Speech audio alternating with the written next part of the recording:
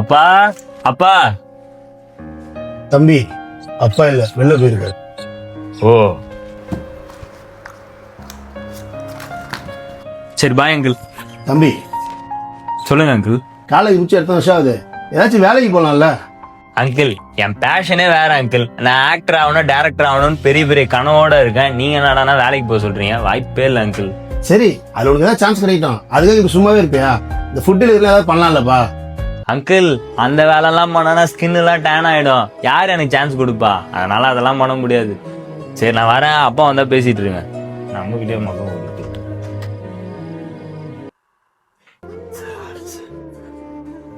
ஏய் தம்பி, நீயா? என்னடா ஆக்டர் அப்புறம் டேரக்டர் அப்புறம் பெரிய பெரிய ட்ரீம் இருக்குன்னா ஃபுட் டெலிவரி பண்ணிட்டு இருக்க? கிடைச்சதை பண்ணா பிடிச்சது பண்ணாமல் இருந்துட போகிறோன்னு கிடைச்சதெல்லாம் விட்டுட்டேன். இப்போ பிடிச்சது கிடைக்கல, கிடைக்கிறதெல்லாம் பண்ணிட்டு இருக்கேன். சொல்ல ஒன்றும் இல்லை சார். டேய், அன்னைக்கு நான் இதான் நான் சொன்னேன், இது வெளில போன ஸ்கின் டேன் ஆயிடும், நான் ஆக்டர் ஆகும் கூட அப்படி இப்படின்னு. இப்போ என்னப்பா இந்த வேலைக்கு வந்துட்ட? இல்லை சார், வீட்டில் எனக்கும் என் தம்பிக்கும் ஒரு சின்ன பிரச்சனை. எங்கள் காசு இருக்கவன் தப்பே பண்ணாலும் தப்பு இல்லை, ஆனால் காசு இல்லாதவன் தப்பே பண்ணலனா கூட தப்பு. அப்போ உங்கள்கிட்ட இதெல்லாம் சொல்ல நினைக்கிறேன். சரி, நான் வரேன் சார். பார்த்தீங்கன்னா சார், இப்போ நாள் வரையும் உங்களை அங்கிள் தான் நான் கூப்பிட்டுருந்தேன். இப்போது சாருன்னு கூப்பிட்றேன்.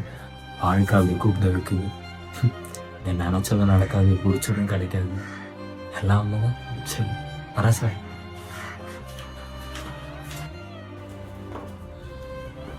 சிலதெல்லாம் அடையிறதுக்கு ஒரு தகுதி இருக்கணும் போல. கடைசி வரைக்கும் எல்லாமே கனவாவே போயிடும் போல.